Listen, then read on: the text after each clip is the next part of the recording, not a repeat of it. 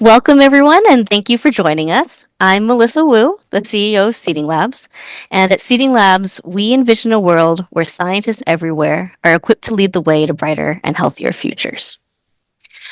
As many of you know, the unfortunate reality is that due to lack of resources, the majority of the world is not benefiting from science. And Seeding Labs is changing that by connecting resources for science to scientists and scientific institutions in developing countries. And this idea of connection lies at the heart of Seeding Labs. We find pioneers who have a vision for creating a better future.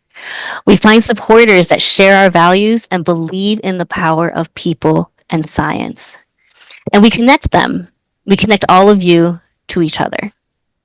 And that's incredibly powerful because it's that connection that makes things happen. When we truly make a connection, we have the opportunity to learn from each other, learn what's important, learn what's needed, and learn how we can work together to make big things happen. It's not through the efforts of giant organizations or, systems that we can't touch, but it's the actions of individuals, you and me, and our friends and colleagues put together that actually creates change. And I love that today we have the opportunity to connect all of you with three of the incredible scientists who are leading change for their institutions and countries. They've headed up the partnerships between Seeding Labs and their institutions to use laboratory equipment to catalyze workforce development and research. And so to strengthen that connection, I encourage you to introduce yourselves in the chat. And we'll have a Q&A towards the top of the hour, so please do add questions for the panelists in the Q&A. And with that, let me start by introducing our moderator, Kala Subramanian. Kala joined our board this year. Having grown up in India and trained as a scientist there and in the US, she has a very unique perspective into our work. And so we're lucky to have her at Seeding Labs and as the moderator of this panel. Thank you so much, and let me bring Kala and our panelists into the webinar. Thank you, Melissa. Hi, as Melissa said, I'm Kala Subramanian. I am an operating partner at Flagship. I'm also a board member at Seeding Labs, as Melissa just mentioned. At Flagship, we don't just invest in companies, we actually invent them. And my role is to help transform these breakthrough scientific ideas into pioneering businesses by shaping the strategy, building teams, and driving execution. What really excites me most is the opportunity to stay deeply curious, and I'm constantly learning from amazing scientists and innovators as we push the boundaries of what's possible in science. Overall, I love exploring new ideas, and I also like challenging conventional thinking. So this is just a little bit about me. I would love to now turn it to our panelists so that they can introduce themselves. Maybe we can start with Professor Ibok. Ibok, if you can introduce yourself, please.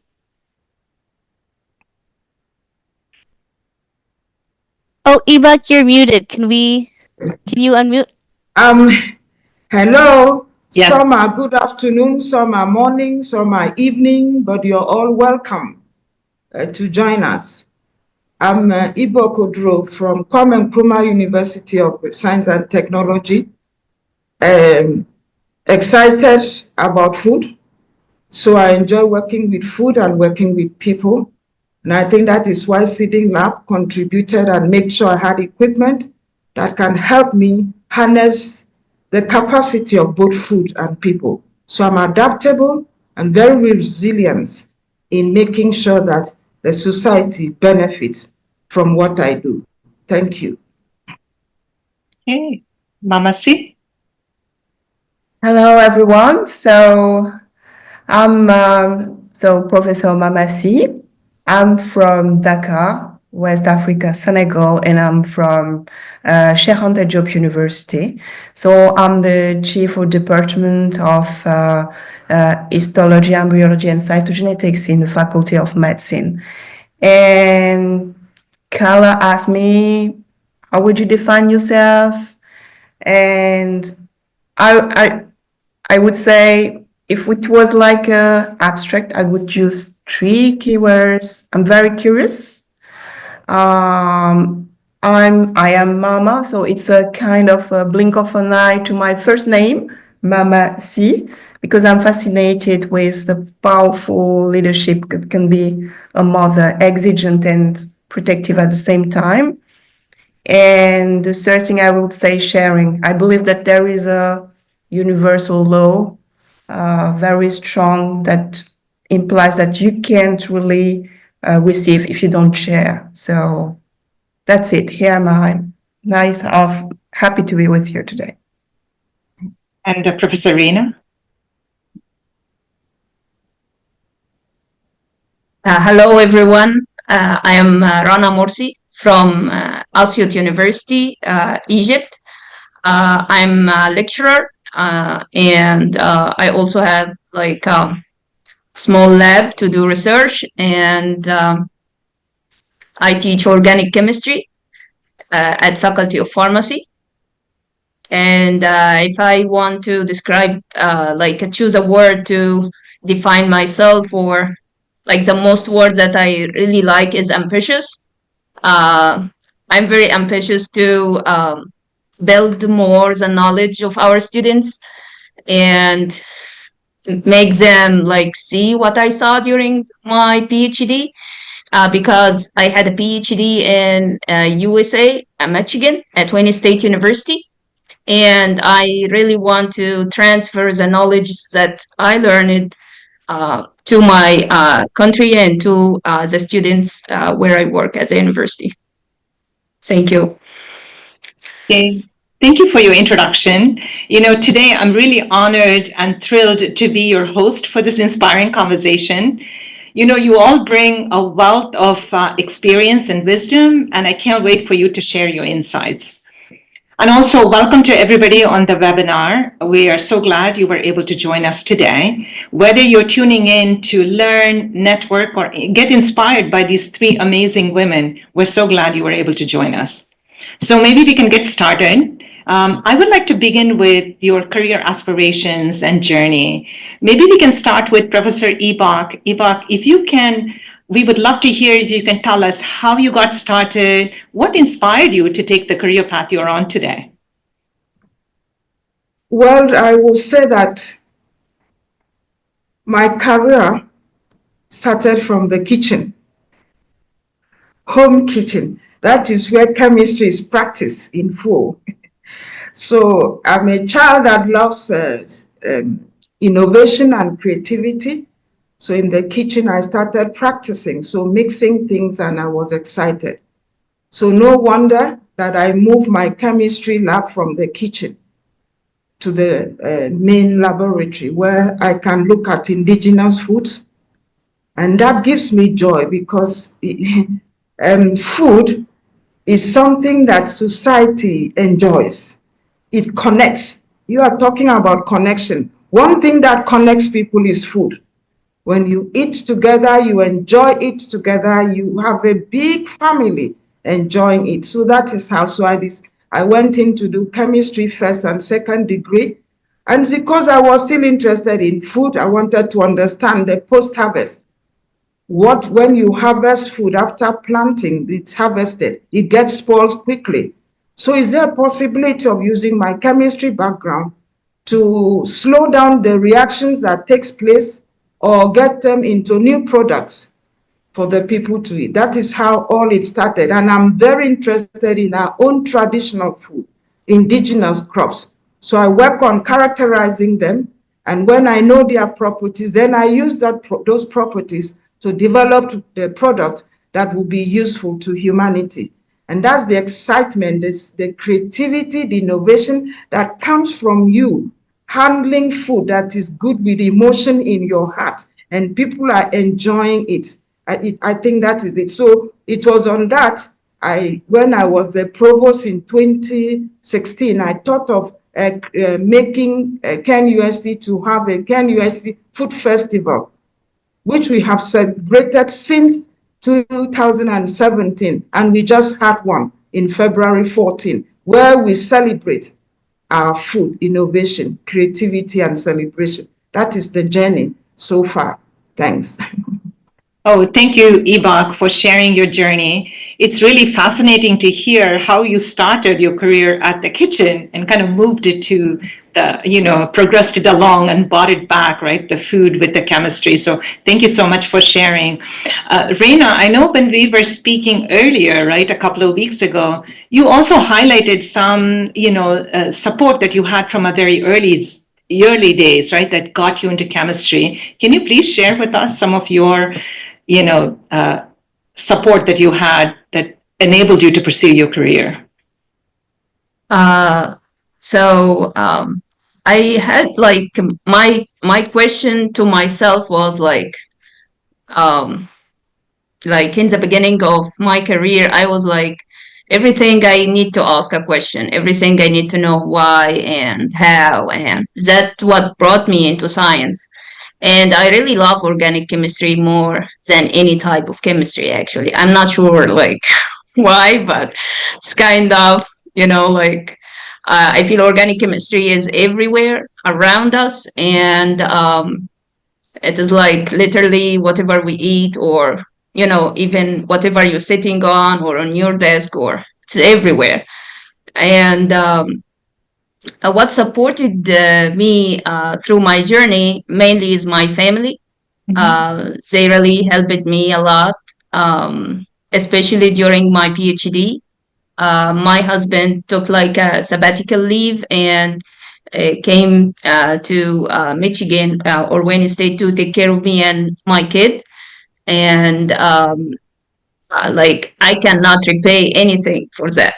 You know what I mean? Like to just leave your work and just come and take care of your wife and your kid. It is just huge. And till now, he's really caring person, and he's very supportive. So I'm very appreciative to have him in my life. Thank you, Reina. Thank you. It's really inspiring to hear about both of your career aspirations and all the support that you've had as well, right? I mean, starting from a very early age.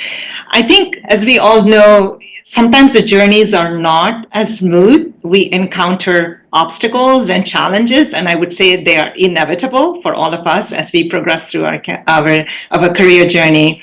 So maybe Mama C, if I can turn to you and see what are some of the biggest career obstacles you faced, and how did you navigate them? Well, I would say that just quickly, I've always been passionate, always liked science, and I knew that that's what I would do. And when I finished my residency, because first I'm a clinician in obstetrics and gynecology, I had the opportunity to pursue my fellowship in France. So when I went there in reproductive medicine, I met fantastic mentors, and I was allowed to discover translational medicine and how much research can impact my practice of medicine. So I was so interested with that. I wanted to bring it back home. So back in Senegal, I realized that in the department that I wanted to go to pursue my career, there were a real gap between me and the last one that was there to make his career. There were almost 30 years. So I can barely understand, because the lack of equipment, this outdated equipment and facilities, the struggle to publish when you have limited resources. But it was at the same time frightening and very exciting, because it was a challenge. And finally, I became the chief of the department 4 years ago. So I believe that and now I know, because it was an experience, that difficulty is a kind of opportunity. If you are really positive and you want to go beyond the obstacle that you can find, in each difficulty, finally, you can find an opportunity. And that challenge helped me to grow, forced me to find some resources, some collaborations, to be able to train my students, but also my team. Like, thank you, Seeding Lab. Seeding Lab is a great part of the journey. So that's it. That's it. Thank you, Mama C. Ibok, is there anything you would like to add? I mean, I'm sure you encountered challenges and obstacles. What are some of the things you did to navigate them? Well, I think that mindset is very key for me. And I developed that mindset of who I am, my identity, from home.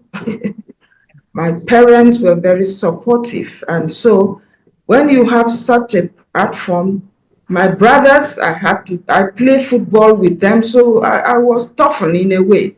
So when I was hearing, I never had gender issue at home. It was when I started working in different sectors, then I started, you are a woman. I never knew a woman, man. I only knew who I was. Yeah. Who I was, and I always say that I can't joke with that. I knew who I was because I knew God, that God made me in his image, and that was settled in my heart. So those challenges of calling you names, telling you you can't do it, was the voice I heard was from my husband. You can do it. You can do it. When there is a need, there's a man with the picture. When there is a need. So all that I look for was a man with the picture. It could be a woman, it could be a man. So that is exactly what kept me going. When there's a need, there is somebody available, and Seeding Lab was available at that time. So for me, many people have come into my life because I was focused looking for those who can provide and make sure that I was. So men have been one of my strong supporters. Thank you. Thank you so much, Ibok. You know, the common thread that I'm hearing both you, Mama C, and Ibok, you talk about is overcoming challenges. It requires this right support and resources, right? This is something I'm hearing both of you say. And I have to say that this is exactly what organizations like Seeding Labs can come in and provide the crucial resources and support scientists like you who are looking to drive innovation and discovery. And I have to say, I'm personally so happy to be a part of this organization, since this year. Speaking about support, right, there is, and I think, Ibok, you touched on it, right, there is another key factor for everybody's scientific success, which I would say is mentorship and advocacy, right? So we all know no one succeeds alone. We need like a group of right resources around us, support to make the difference, in science, in anything, I would say, for that matter. So maybe I would like to turn to Rana. Have you had mentors and advocates in your role, in your career journey who have played a key role in your success, and what impact they've had? Yeah, sure. Like during my PhD, I was in a Stockdale lab. So Dr. Stockdale was really supportive. Like, as I said, I love organic chemistry and always have ideas, And when I was in the lab, we synthesize small molecules, and then either you try to make a new way to synthesize the molecule, which is, less waste or shorter steps, or you are trying to build up some small molecules based on a certain design and test them for their biological activity. So I had a lot of ideas while I was working in my PhD, and then my advisor, she never said to me like, hey, this is my lab, this is my money, you need to do what I said. She never said something like that. She was actually welcoming anything coming from me and never, say no to any of my ideas. She keeps saying, write this down, go try it in the lab. This is good work. And she kept pushing me forward. So she was really supportive, amazing. Yeah. I miss her. That's great. Now, Mama C and Ibok, would you like to share any perspective, with respect to mentorship that you have encountered? I know, Ibok, you spoke a little bit about it. Mama C, is there something that you want to add from mentorship and advocacy? Well, I think for me, it's very key. Yeah. Mentoring and coaching is key for a woman to succeed. And with me, that is the reason why I worked on, when I became a provost, the first female provost of Kwame Nkrumah University of Science and Technology, and the provost of College of Science, which is mainly men. We decided to set up women in science and technology, engineering, and mathematics, so that it becomes a platform to support the women career pathway by providing leadership mentorship. And so the young people coming, we assign them mentors so that they can see role models that can follow. I also decided I would have an Ibok Oduro Foundation. All these are platforms. What I didn't get is what I want to provide. And that is the joy of making sure that the next generation don't suffer what we suffered. Yeah. Yeah, thank you, Ibok. How about Mama C? Is there anything you would like to add? Yes, I'm totally in line with what Rana and Ibok explained. And I would say that sometimes you have to go a little bit out of the box, and being a part of a big family, and you play a role, each of you, by your career or what you have accomplished, being an example for another one, to say simply, you can do it, I did it, so it is possible. So go on and try to proceed. That's it. Yeah. No, I think this is great. I have to say personally myself, throughout my career journey, it's been great because I've had amazing mentors and they've been incredibly helpful. And so I'm really appreciative of that. And I feel like it's important to give back, right? So from that perspective, I know for the last few minutes, we've been talking about mentorship. Overall, I think I would say we've been talking about support, right? Different forms of support system that we've all leveraged. So I would like to ask all of you, right, if there is one thing that you can ask the audience, right? Right now we have people who are listening to this webinar. If there is one key resource that you could request the audience, the resource can be collaboration, could be equipment, could be funding, could be, networking opportunity that would really significantly advance your scientific, building goals that you have in each of your places. What would that be? Oh, can we ask all of them? Yes. That would be great. Yeah, so for me, I'm not sure if there is here some organic chemist, but whoever worked in organic chemistry lab, they know that NMR is kind of, your arteries and veins, like something that you need to have in the lab. Unfortunately, in my department, we have one old NMR, which is 60 megahertz, 60, like 60. And this kind of, ancient thing, it was like from 1990. So it is like more than a lot of years, like more than 30 years or so. And it is always damaged and need a lot of maintenance. And as the students and me or whoever are doing research need to send the samples out of the department to to the north of Egypt, where they have one in Cairo University, or we have to send it outside, to different countries to collaborate with other researchers where they could do it, and then they add their names to the publication. But it's really time wasting, and you have to wait till the sample gets, analyze it, and then you complete your scheme or your synthesis. And the students are missing the experience of how to do the sample and how to gain, hands-on experience with the NMR equipment itself. Yeah, so this would be really one thing that the most important. I understand when you're running a chemistry lab. Yes, thank you. For me, because I've been teaching first years for a long time, my interest will be to see things for the basic schools, because science is very practical. Yeah. They need basic things like pipette, burette, weighing balance, pH meters, those simple things to have a hands-on before they get to the university level.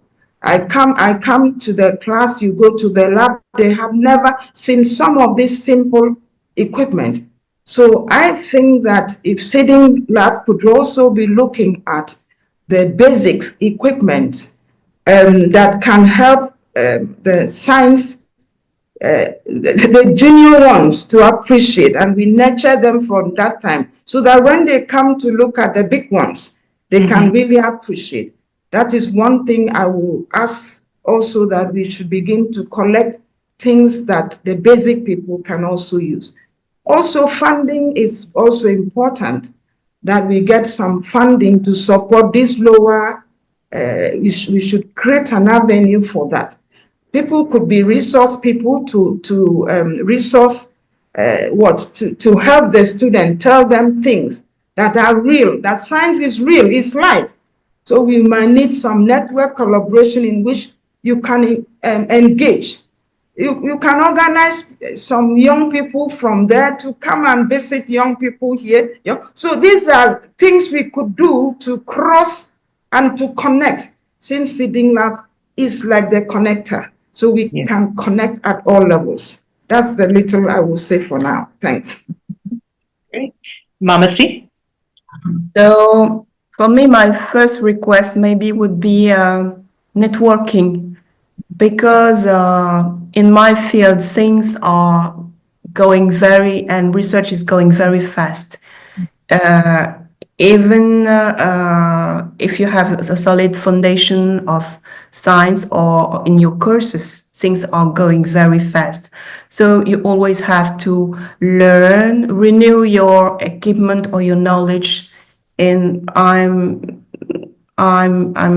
think that the key is the network, because with that network, you can connect with other people, you can share knowledge, you can share address for fundings, and you can exchange, for example, do some exchange with, like Ibok said, with your students. They can go there, train 1 month, and other can come to in Senegal if they are interested in something.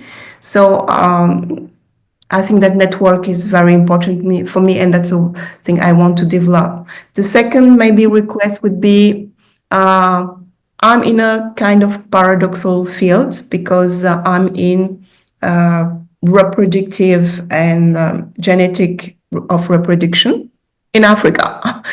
So sometimes when you write for fundings for research, it's a little bit difficult, because you find more fundings for birth control or family planning, that research in reproduction, and it's important. So if anyone in the audience want to connect and work on that field and discover what's going on in Senegal, so welcome. That's it. Thank you. Yeah, no, thank you so much for sharing, such powerful insights on the resources that can really make a difference, right? I mean, this is what we're talking about here. And I think there are clearly some valuable takeaways from all the points that you have raised. So thank you so much for sharing. Now, we would love to hear from the audience. If you have any questions for our panelists, please drop them in the Q&A, and we would try to address as many as we can. So I'll turn it to maybe Melissa. Melissa, I don't know if there are any questions from the audience that they would like to ask the panelists.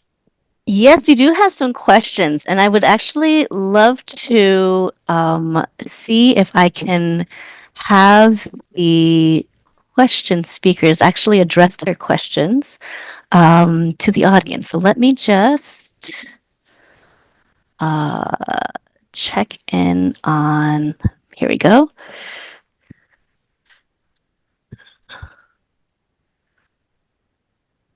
Okay, Joanne, I've got you. Hi, everybody. Can you hear me? Yes. What a fantastic panel. It's so great to connect. I'm a past board member at Seeding Labs and delighted to see continued success and to see Kala helping lead the way. So thank you so much. I'm so excited to see such an international group of people. We don't get to see scientists from all over the world enough, and to work together. So I'm wondering, what advice do you have, for us to be more international in our science? Like, how can we, also in the audience, there's people from so many places. How can we bring visibility to scientists from all over the world? Because I think we'll be stronger working together.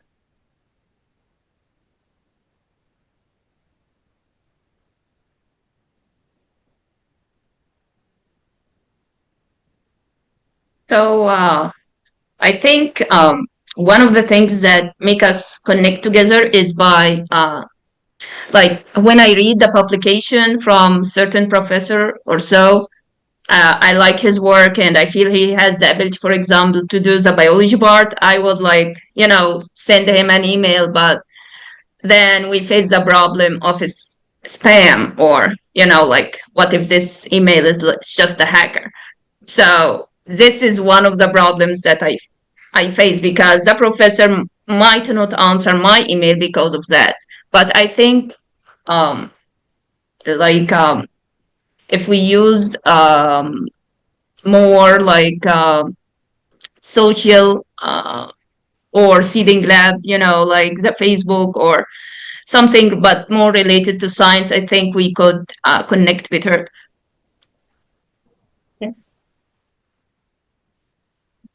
Well, for me, it is the issue of networking, taking initiative, because most people have seen me on LinkedIn.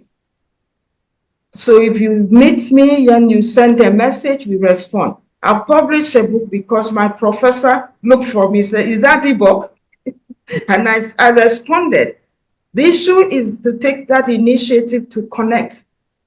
And we have social media. Thanks for the season we are in. If you need some group of people to work with, LinkedIn, ResearchGate, all those social media, Facebook, all are there for us to move to engage. So engaging at that level is important. And currently I'm working with a team in Belgium. They were working on Gary and they wanted to fortify Gary with vitamin A. So they send their students to come. That's what I talk about, exchange. And so when they came, now we are developing a new proposal, which we can continue working together. We need each other. We need each other. And we must have a free mind to think system. We don't think in silos again. We must begin to think in a system way, because we are all connected in one way or the other. So I would suggest that take the initiative, connect with people. You get some yes, you get some no, but move on. It will work. Thank you. Very good point. Yes, very interesting answers, because I faced the same problem. And one of the answer was for that visibility and have more reconnection. It was, for example, Seeding Lab. When I tried to, for example, candidate with Seeding Lab, it was also for that. But my experience, I can say that the fact of participating in some congress is very interesting too, because it's the opportunity to, for example, present one of your work, share it, have the feedback, and usually people come after your presentation and ask you some question and share. I'm working on the same subject. Did you try this, or did you try? And then you have phones, emails, and it's another way to contact us, say Ibok, to try to connect and do the first step and exchange with the others.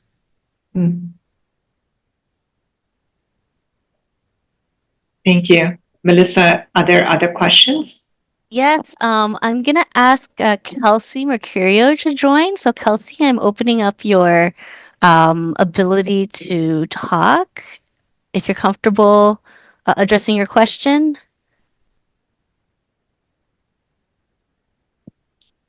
If not, then I can ask the question on your behalf. Yeah, I can There we ask go. it. Yeah, so I've been working with some collaborators in Tanzania, and one of the things I realized that I guess I wasn't expecting is that the opportunities for funding for graduate students seem to be very few and far between. And even if they get something, it's not like there's still a lot of expectation of having to pay tuition and pay for research expenses, and there's not always a living stipend, whereas at least like in my program in the US, all of those things are covered and it's kind of like a job. So I was just seeing like how that can be a major barrier for graduate students. Do you have any ideas for ways that we can better support grad students around the world? Is there anything I can do as a fellow graduate student? Or does it need to be at a higher level? Like, yeah, that's been something I've been thinking a lot about lately, and I wonder if you have any ideas. Well, for my university, we have international program. So if you're interested in supporting, then you can have an MOU, how it will be done. Apart from that, we have what we call KNUST Fund Education. And one of the key issue in proposal writing is that you must add a student. You must train a postgraduate student. So if you are writing that proposal, you will have to add a student to it. And that money is given to you to support the student in the research. You might not pay accommodation and other things, but for the student research work, it could be used for that student too. So I would suggest every university has something that they will. So if you need that connection, I can easily do that with my university or Ghana for you to interact and see how we can work together to create an avenue, because it's an issue. What you're saying is an issue. Postgraduate training is a challenge for most universities. But if you want to do it and be satisfied, then you have to link up with the university in question. Thanks. So I have like an idea of collaborating universities together, like especially if we have like a program from the USA. I know that there is Fulbright. It's a funded program to fund the graduate student to do like master or PhD, and I think there is like a postdoc chances as well. I'm not sure if it is only for Egypt or it is kind of a global thing. But I think it is if we do like more university, like for example, Wayne State University with Assiut University, and we have like a chances to take like 5 of our students to go study their PhD there.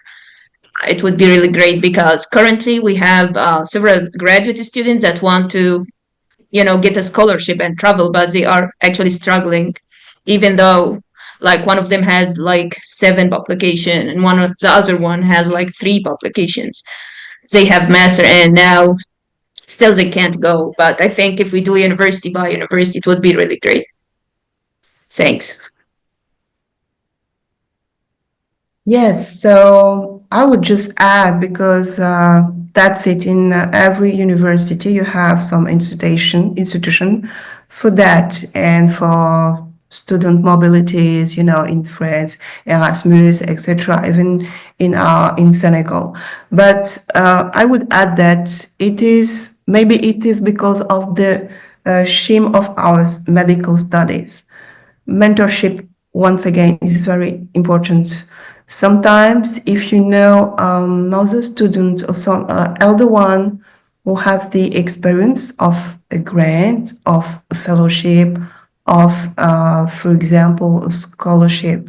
You can go, ask, chat, and exchange, and you will have new cares to candidate and be able to access to that grant thanks to their experience. So I think that it is important too to try to go and meet people who had that experience or know how to write grants so that they can help you to go quicker, because you will do it by yourself. Sure, if you go on your email, you write, etc. But sometimes if you have the chance to have someone that can show you, you can go faster too. Yeah. Mm. Thank you. Melissa, any other questions? I have just seen a question. Yes, I'm actually gonna I do want to just answer one piece of Kelsey's question, and she asked, is there anything that she can do as a graduate student in the US? And you guys answered some things, but I also wanted to add a piece of Seeding Labs history. Our organization actually started as a student group in my grad program. And so it was us as students making connections with our fellow students and postdocs who were coming in from other countries. And, as I was talking about in the beginning, building those connections, getting to know people, getting to know what their challenges are, what is important. And it was through that we saw, okay, there is a challenge, and we came up with a solution. And so we started, Seeding Labs started initially supporting some of the postdocs in our network who were returning home to start their own labs. And then, as we were growing, it came to a point after a few years that we said, okay, this is working, this is having impact, and we should really do this as a professional organization. We started off as Seeding Labs. So, Kelsey, I would encourage you and anyone else on this call to do that. You have identified a challenge. You have some connections with your institution where you're doing your research, with the institutions that you're collaborating with, and you can start, trying to talk to the faculty leaders and seeing if there's opportunities that they can bring resources to start the programs that Ibok and Mamasi and Rana were talking about. But other things as well. So that was, one of the things that I was hoping this this discussion would help people realize is, as you as individuals have a lot of power to make change.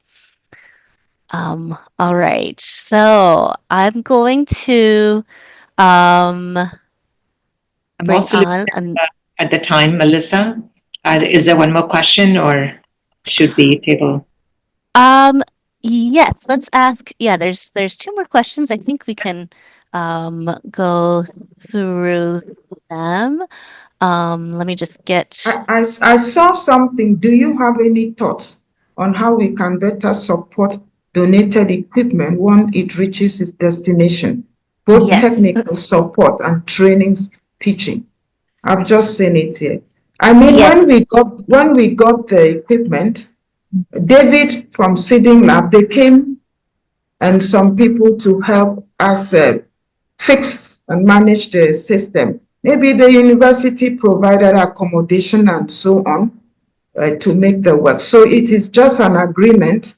When the things come, there's opportunity like that to give us technical support. You come and train our staff, the technical staff. One of the problems in Africa really is that technical staff capacity to manage the equipment, because the equipment are high tech. They are very high tech, and some of them don't have that capacity. So therefore, we need also to, as we do this, we should be thinking of those who manage the equipment as well as those who will come to train them. Thanks. All right, we've got one more question. Harvey, I'm gonna open up your ability to talk and love for you to address your question to the panel. Can you hear me? Yes. Good. Just by way of background, I spent 6 weeks a year and a half ago lecturing on biotechnology at universities in Uganda, Ghana, Malawi, and I was struck by the absence of companies in Africa that made basic lab equipment and reagents. The first meeting I had in Kampala with the head of the School of Life Sciences, why isn't there a company in Africa that makes DNA oligonucleotides for PCR reactions? Why do we have to import Taq polymerase for PCR reactions? I'm curious how the three of you, really all of you, see the possibility for entrepreneurship and actually starting companies that would take care of building some of the infrastructure that you so desperately need. Well, in Africa, the season is coming. My university, the fourth pillar of our training is entrepreneurial training. So a lot of people are coming in to develop it. Because I'm in food, we seem to have more equipment in that area because we do engineering, so the student will design equipment for the food processing things. And I'm sure what you're saying is that we should move from just that to biotech and other areas, which I see my university, Kwame Nkrumah University, has started doing. But it takes time for you to develop an equipment, validate it, and go through the processes of being accepted. But your observation is true. We will need to use what we have to produce what we have. But most times it's a challenge of knowing that your materials that you have is able to be designed for that. So we will need collaboration, we need teamwork. So if you have ideas of doing that, it's good to come and support, because I know there are people who can do designing and those things happening. Thanks.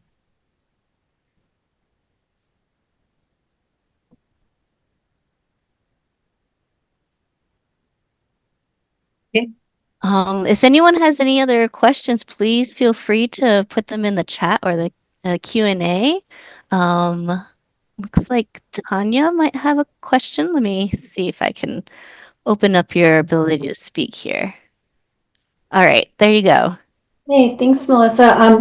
Hi, everybody. I'm wondering, I know in Canada and the United States, the alumni associations affiliated with universities can be very helpful in not only raising money to support different initiatives, but also providing, mentoring to students and connections. I'm wondering if there are alumni associations at your institutions and if they also provide some helpful support for the great science you're doing.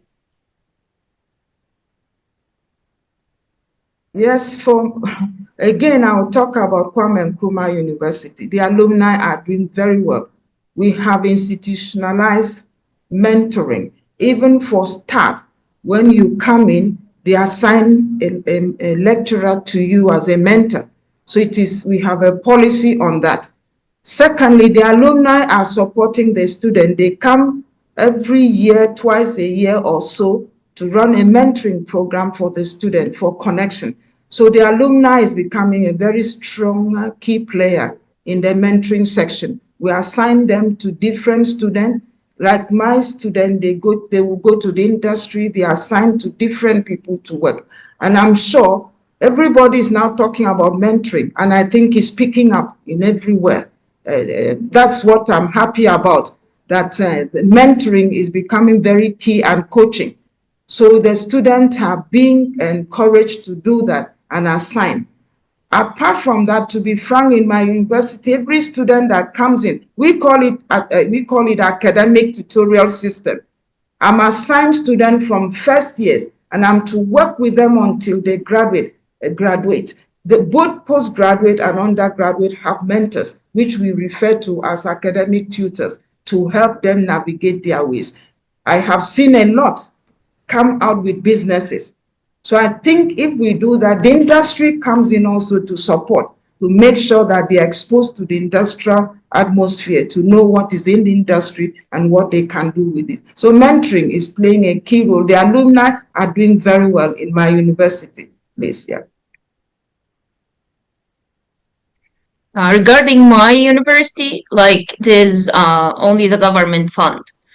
I don't think we have any alumni who's investing or funding or, that kind of thing. But after actually, like there is STDF organization where we just recently received fund, and we wrote like a proposal and it is the first time that the department, one of the students, get like 250 thousand Egyptian pound, and I was really happy for that student. Like, I am one of her supervisor. I wrote with her the proposal, and she got funded, and this opened up like a thought in the department, like, oh, we could do that too.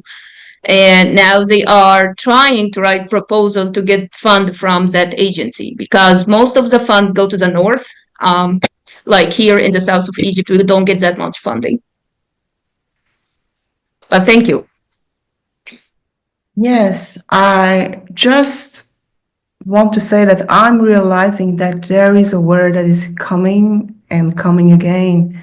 It is mentorship, because when we were talking about the grants, we talk about mentorship. When we are talking about the connection with entrepreneurship and working after our diploma, mentorship. And I realized that it is not something so evident, even in my environment, because there is a kind of lack of connection between the mentors and the young students. And the link is not always so easy the connection is not always easy. And this gave me even ideas, because it should be maybe places from places and maybe some forum where maybe mentors could meet young students to help them and try to develop things and communicate, because the space is not always there. Usually there is a kind of relationship, the professor and his student, or and it is important to have another space outside of the learning class where we can really connect, like what Sitting Lab is doing, that person to person, and be able to exchange in another space. And I think that we don't always have that spaces of communication. Yes.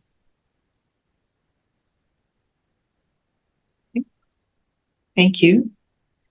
Melissa, are there any other questions?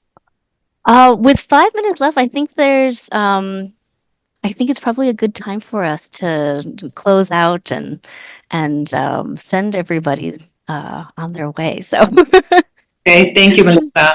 Hey, overall, I would say this has been such a rich and meaningful conversation. I really want to thank our incredible panelists for you all openly sharing your stories, your challenges, and also your wisdom, right? So when I hear your story, your journey, it reminds me of like the power of resilience that we all need to have.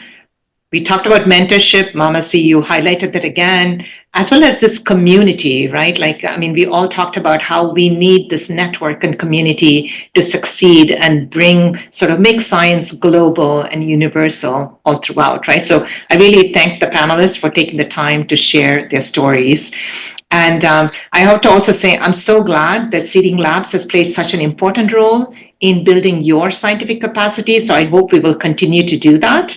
And for everyone in the audience, right, now that you have heard about Seeding Labs, if you're interested in participating in Seeding Labs in any way, we would totally welcome that. And I'm going to hand it off to Melissa. Melissa, if you want to add anything on the closing remarks about Seeding Labs and the incredible work you have done with the team. So I just to follow up, I just threw up a poll. If you want to connect with us directly, please feel free to answer that poll, and we can reach out to you. Of course, you can reach out to us. You can check out our website, https://seedinglabs.org. And I want to echo, Kala's sentiments. Thank you, Dr. Mamasi, Dr. Rana M.I. Morsy, and Dr. Ibok Oduro for sharing your personal stories. And, for me, I think, what I took from it is really understanding how grounded your science and your use of science is in you as a person. It's how grounded it is in your family and your communities.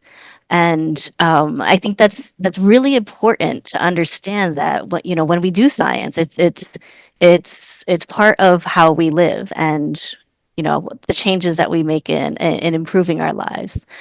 And I want to thank all of you for joining us. For those of you who are coming in later in the recording, thank you for watching us in the recording.